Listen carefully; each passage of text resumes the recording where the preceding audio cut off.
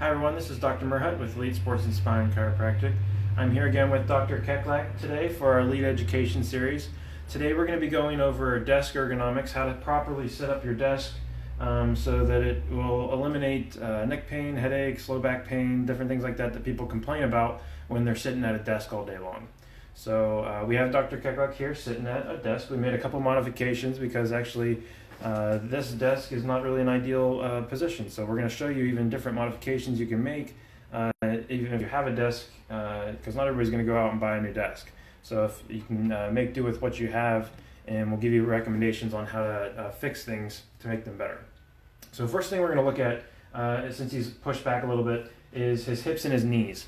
We want the knees to be at the level of the hips or the knees slightly below. You don't want the knees to be all the way up, because then that puts a lot of stress on the hip. It puts a lot of stress on the groin area, and you're already going to have tightness within the back of the hamstrings, the back of the legs from sitting all day long. So being in this position helps out a little bit. So we also recommend getting up every once in a while, walking around, just so you're not sitting all day long. Another option is getting a sit to stand desk where you're sitting part of the time, and then you can transition that up into a standing desk.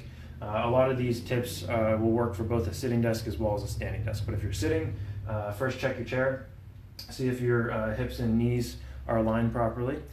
We put him up on a little bit of a pad because a little bit later on you'll see the keyboard needs to be in a certain position, so he needed to be a little bit higher and the seat didn't go as high as we wanted it to.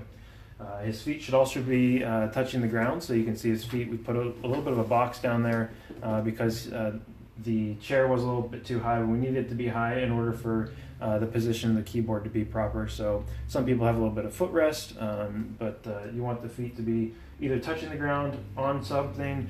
They can even be a little bit propped up too. Next thing, we're going to have him scoot in a little bit.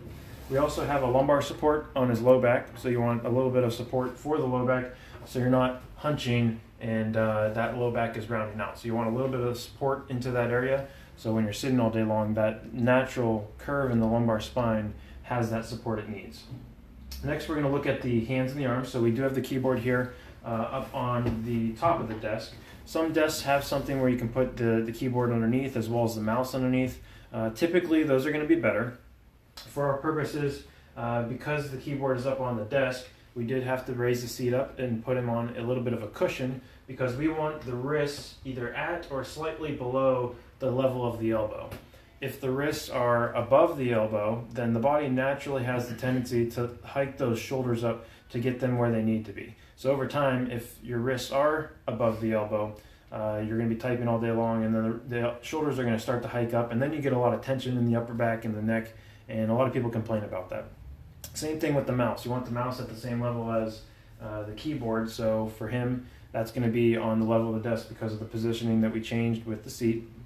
If you have something underneath where the keyboard can go, you would also want the mouse under there so that shoulder is not always hiking up on that right side. Next thing we're going to talk about is the screen itself. So you can see our screen is right here. We want to look at the eye level, and we want to make that top of the screen about the level of the eyes. You want your eyes about in the top third of the screen or at the top of the screen, so then you can look at the rest of the screen without having to look down all day long, without having to stress the neck and look up. If you have the screen at the level of the eyes, your eyes have the ability to look almost all the way down into your lap, whereas if you try to look up, you can't look up as high as you can look down. So that's the reasoning for having the eyes at the level of the screen for that. So a couple things to note. You want to look at the level of the screen. You also want that to be right in front of you. If you don't really want it off to the side, because then your hands are here and then you're looking off to the side all day long at the screen. And also you don't want the keyboard off to the side. So keyboard in front of you, screen in front of you, screen at the level of the eyes. Keyboard at the level where the wrist can be slightly or at the level of the elbow, so you're not putting too much stress on the shoulders. You can see he does have most of his back up against the chair. The chair should be 90 degree to support the back. It could also be 110, 115 degrees reclined. That also provides the proper support, but then we have the lumbar support in the low back, and then the hips. The hips should be not too far flexed forward. The knees should be slightly below that or at the level, and then the feet should be on the ground. So if you know someone that works at a desk all day, a lot of teachers are going back to school. Summer is now over, so people are starting to work more. feel free to share this with them so they can check and see if their desk ergonomics are good for them. This same concept also goes with driving in the car. So if you're constantly driving all over the place for your work, check this as well because it's the same type of concept. We also have a headrest in the car, so the headrest is there for a reason. You want to make sure that your head, the back of the head, is touching the headrest while you're driving. If you watch people drive, you get sucked into the road. Some people are so close to their steering wheel, it's almost like they're eating the steering wheel. So check yourself in the car, check yourself at the desk, and see if you can make a couple modifications and changes, because most people do some type of sitting at a desk all day long, and almost everybody does some type of driving to and from work. So check those things, see if you can make any modifications, because it will help out with upper back neck pain as well as some low back pain. So this is the Elite Education Series. I'm Dr. Merhaut here with Dr. Keklak. I hope you join us again next week.